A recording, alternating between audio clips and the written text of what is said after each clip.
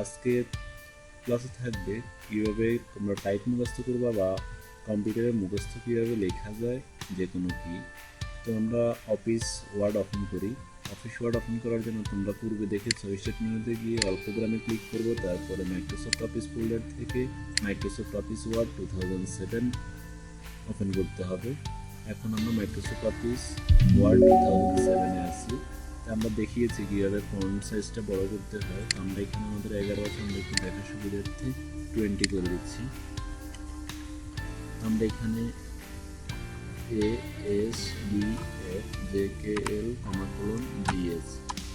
এই সিরিয়াল অনুযায়ী মুখস্থ করে নিতে হবে। তারপরে QWER UIOPT ZXCDMD, এই লাইনগুলো সিরিয়াল অনুযায়ী আমাদের মিডলের নিচে 3টে সারি আছে, 3টে সারির মধ্যে একদম নিচের সারি যেটা আমি নিচে অপশন করে রাখছি। যেমন টাইপিং মাস্টার 10-এর মধ্যে তোমাদেরকে দেখানো আছে ASDF এবং কোন আঙুলগুলোতে দেওয়া আছে সিরিয়ালটা, সেই আঙুলগুলোতে এই চারটে, প্রথম 4 আঙুলে, আর JKL পর্যন্ত দ্বিতীয় 4টে আঙুল, আর মাঝখানে GS যে দুটো আছে GSটা খালি। তারপর উপরে রাশিটা সেমভাবে এই 4টে আঙুল উপরে উঠবে QWER, তারপরে যে আঙুলটা ইউ থেকে শুরু হবে, কে আঙুলটা আইতে, এল হলো ওতে, কমাকলন হলো পিতে। আবার সেমভাবে এর আঙুলটা জেডে আসবে, এসের আঙুলটা এক্সে, বির আঙুলটা সিতে, এফের আঙুলটা বিতে। আবার যে আঙুল এনে, এর আঙুল এন, এল হলো কমা, তারপরে কলন হলো ফুলস্টপ। আর মধ্যে যে দুইটা আঙুল আছে এটা হলো স্পেস বার চাপ দিবে, আর যে দুইটা আঙুল থাকবে। তোমরা আশা করি বুঝতে পারছো। তো সেই অনুযায়ী আমরা এরকম ASDFZKL এরকম কয়েকটি প্রথম লিখলে প্রথম লাইনটা মুখস্থ হয়ে যাবে। যদি 1 পেজের মতো লেখে তাহলে আশা করি মুখস্থ হয়ে যাওয়ার কথা, বেশি টাইপ করতে হয় না।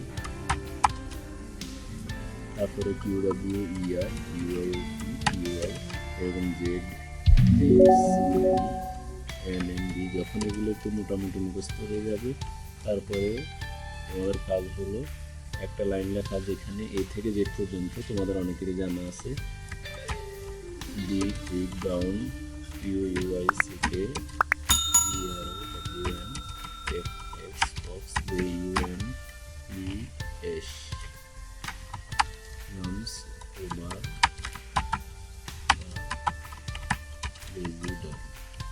এই লাইনটা যদি 10-15 পেজ বা 10 পেজের মতো লেখো তাহলে আশা করি এ থেকে জেড পর্যন্ত যতগুলো বর্ণ আছে সবগুলোই শেষ হয়ে যাবে। এবং কি এই লাইনটা যদি মুখস্থ লিখতে পারে তাহলে যে কোনো রিডিং লেখা লিখতে আর কিবোর্ডের দিকে তাকিয়ে লিখতে হবে না, তাহলে মনিটরের দিকে তাকিয়ে লেখা সম্ভব।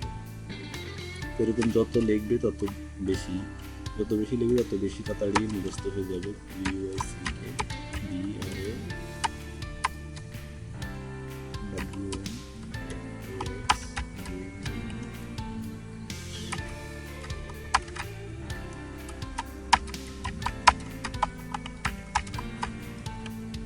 এরকম এই লাইনটা তোমাদের যত খুশি, যত ইচ্ছে, যতক্ষণ সম্ভব হয় এরকম মুখস্থ করা আগ পর্যন্ত এই লাইনটা লিখবে।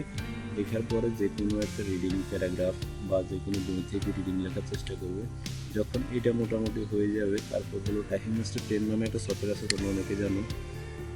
আমার এখানে ওপেন করা অলরেডি আসছে, আমি তারপর পুনরায় আবার ওপেন করতেছি। এই যে টাইপিং মাস্টার 10 যে সফটওয়্যারটা আছে, এটা যদি তোমরা না পাও তাহলে গুগল থেকে ডাউনলোড করে দিবে, আর আমি ভিডিও ডেসক্রিপশন বক্সে এটা দিয়ে দিব, তাহলে সেখান থেকে ডাউনলোড করে নিতে পারবে। ডাউনলোড করে ইনস্টল করে নিবা। আমাদের এখানে অলরেডি ইনস্টল করা আছে, আমরা ওপেন করতেছি।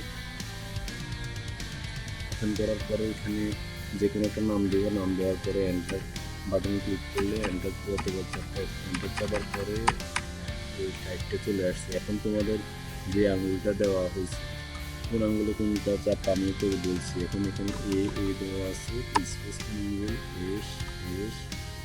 Space D space F space J space space space space space D space. আশা করি বুঝতে পারতেছো। এরকম এই সফটওয়্যারটা দিয়ে গেমের মতো করে তোমরা শেষ করতে পারবে। এখানে আঙুলটা দেখে দিচ্ছে যে কোন আঙুল দিয়ে, আর পাশে পাশে তোমাদের টাইম উঠতে থাকবে যে 4 মিনিটে কতটা ওয়ার্ড লিখতে পারছো, কয়টা ওয়ার্ড ভুল হয়েছে। যখন 5 মিনিট শেষ হয়ে যাবে, 5 মিনিট শেষ হওয়ার পরে কয়টা ওয়ার্ড ভুল হয়েছে, কত লাইন লিখেছো, বা কতটা পার মিনিটে কতটা ওয়ার্ড করে শেষ হয়েছে, এটা সহকার কাউন্ট করে দিবে সফটওয়্যারটা। তাহলে বুঝতে সুবিধা হবে যে 1 মিনিটে কত ওয়ার্ড পর্যন্ত লেখা সম্ভব হয়েছে, কতগুলো ভুল হয়েছে। তাহলে টাইপিং মাস্টার 10 যদি থাকে তারা নিজে নিজে টিচার হওয়া যায় বা অন্য কারো সাহায্য লাগে না। তো এটা দেখে তোমরা আশা করি ইংলিশটা শেষ করতে পারবে।